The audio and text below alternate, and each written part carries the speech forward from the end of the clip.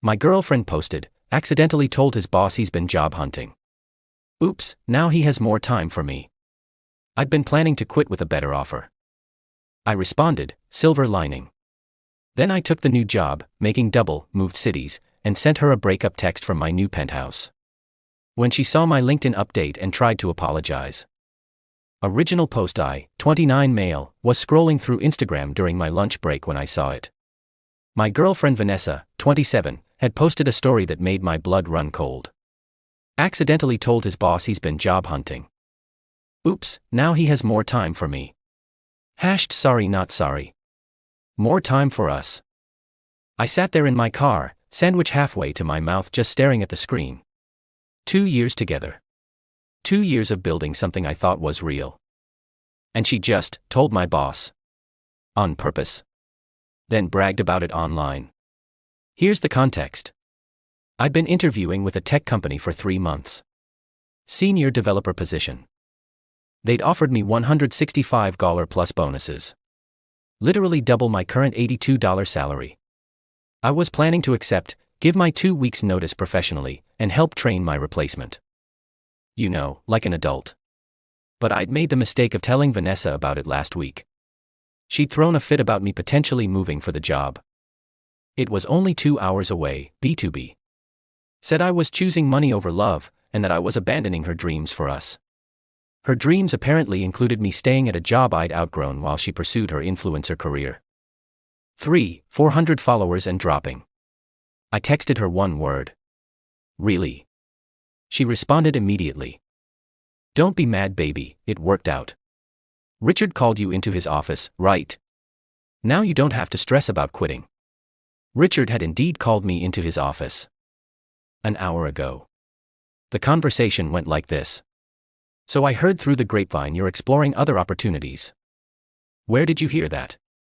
Your girlfriend called the office. Said she was worried about you being stressed about job hunting and wanted to know if we could give you a raise to stay. She called you. Reception transferred her to me. Look, if you're unhappy here, you should have come to me first. But job hunting on company time. Using company resources. That's termination worthy. I'd been extremely careful. Phone interviews during lunch, in-person interviews using PTO days. But he didn't believe me. Richard, I'm gonna need you to clean out your desk. We'll pay out 2 weeks severance to avoid drama. But today's your last day. I wanted to fight it, but honestly, the new company had already sent the offer letter. I was planning to leave anyway. This just moved up my timeline. Me, understood. I'll have my desk cleared within the hour. So there I sat. Fired, but not really. Betrayed, but oddly calm. I texted back. Silver lining. Now I definitely have more time. She sent back heart emojis. She thought I was agreeing with her. Idiot. I drove back to the office, packed my stuff while my coworkers awkwardly avoided eye contact and left with my box of belongings. Then I sat in my car and called my new employer. Hi, this is Alex Kerr. I'm calling about the senior developer position. Yes, I'd like to accept. Actually, would it be possible to start Monday instead of in 2 weeks? Great. Yes, I can be there for onboarding at 9 a.m. Thank you. Done. New life starting in 5 days. I drove home to the apartment Vanessa and I shared. She was there, filming herself doing yoga for her 12 viewers on Instagram Live. Babe, she called out, not stopping her downward dog. You're home early. I knew this would work out perfect. I didn't respond. Just started packing. Update 1. It took Vanessa exactly 23 minutes to notice I was packing. She was too busy responding to comments on her live, all 3 of them, to pay attention to me methodically filling boxes in the bedroom. What are you doing? She stood in the doorway, phone still in hand. Packing. For what? A trip? Ooh, are we celebrating your new free time with a vacation? The delusion was actually impressive. No, Vanessa, I'm moving. Her face went through about 5 different expressions in 3 seconds. Moving. What do you mean moving? I mean, I'm taking the job I was offered, the one you tried to sabotage, starting Monday. But you got fired. You can't take a job you don't have. I already had the offer, genius, in writing, signed last night after you fell asleep. Your little stunt just freed me from having to give 2 weeks' notice. She actually laughed. You're not serious. You can't just leave. What about us? What about my career? What career? You make $200 a month from sponsored posts for teeth whitening kits. I'm building something. You promise to support me. I promise to support you emotionally, not financially forever, while you play influencer and sabotage my actual career. She grabbed her phone and started recording. Here we go, I thought. Guys, I need your help. My boyfriend is literally abandoning me right now because I made one mistake. He's choosing money over love.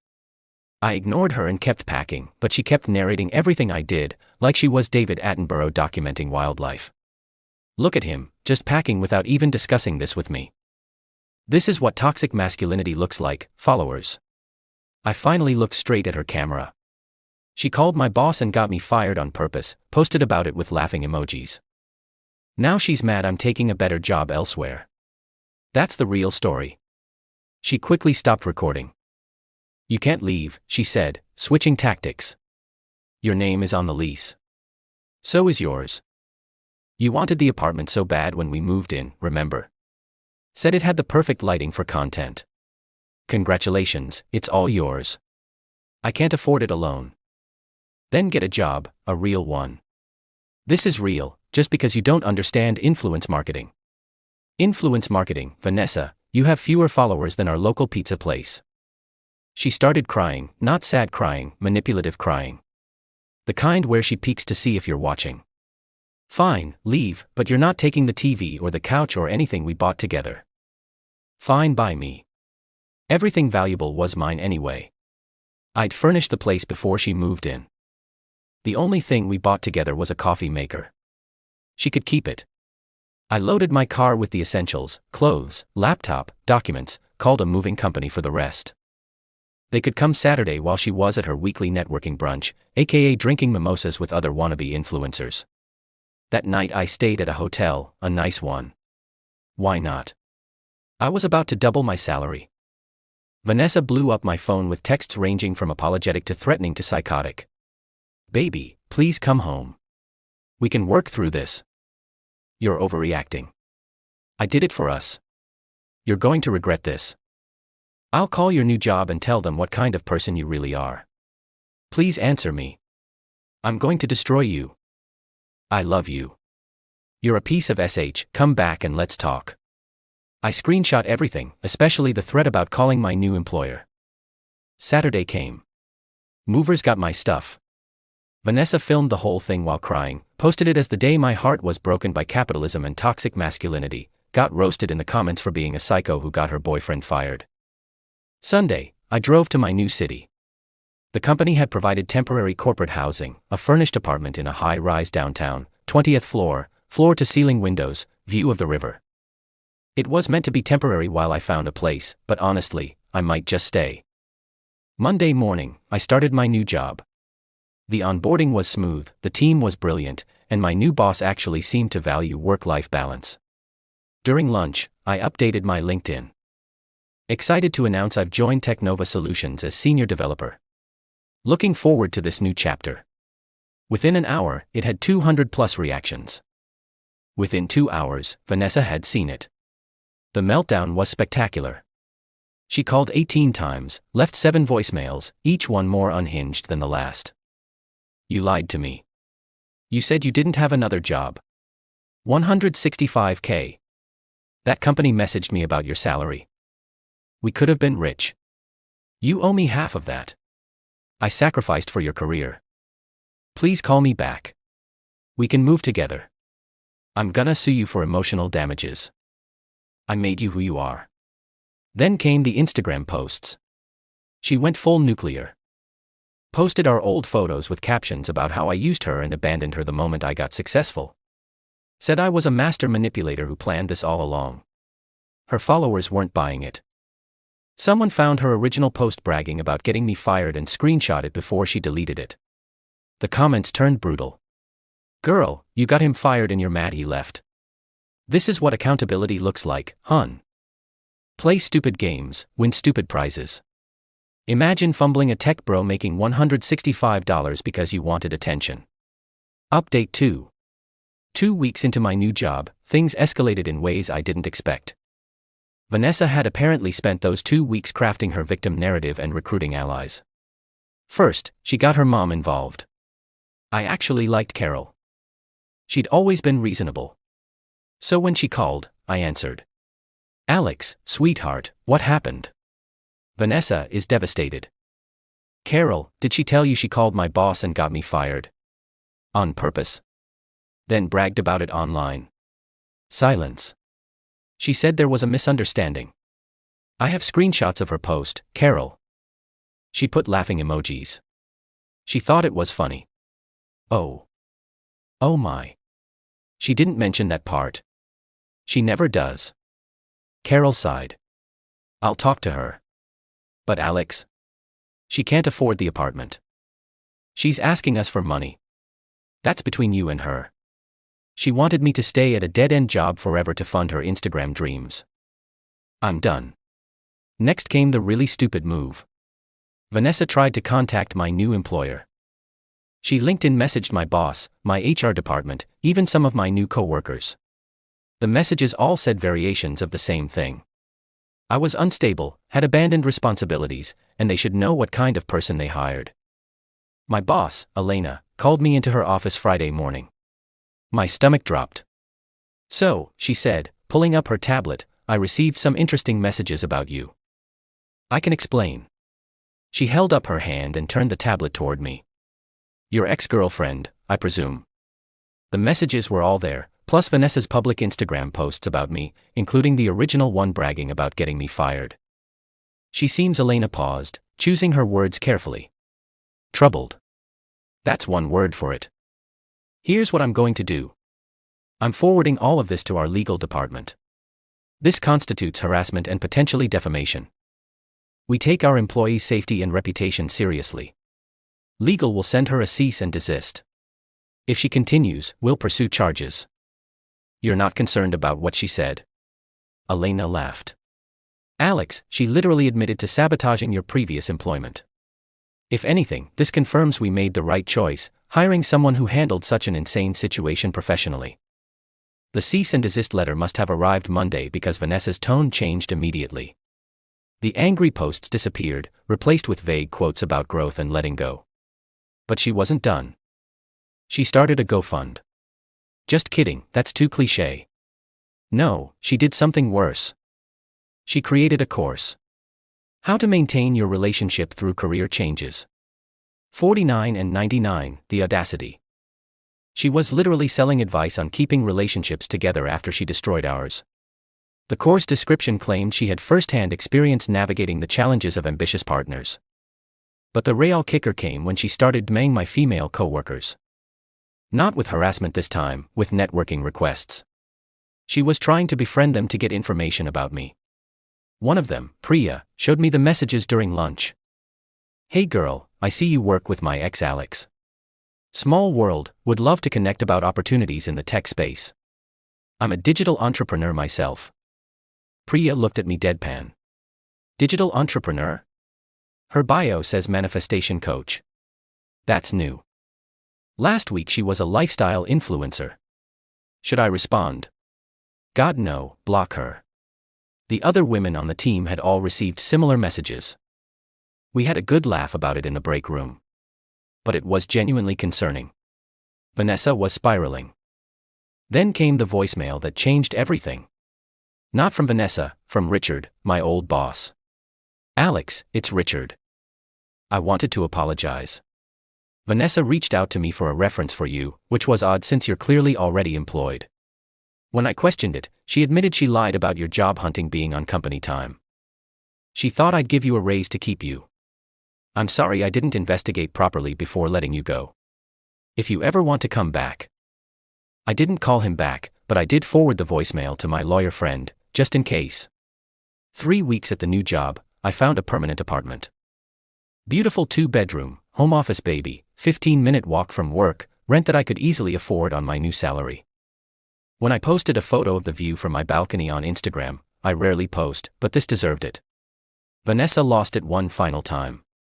She posted a series of stories about how I was flaunting my privilege and rubbing her face in it when she was struggling to survive. Someone messaged me screenshots. I'd blocked her by then. The last story was her crying in what looked like her parents' house. Caption: when you realize you lost everything because you couldn't let him grow. Wait, was that self-awareness?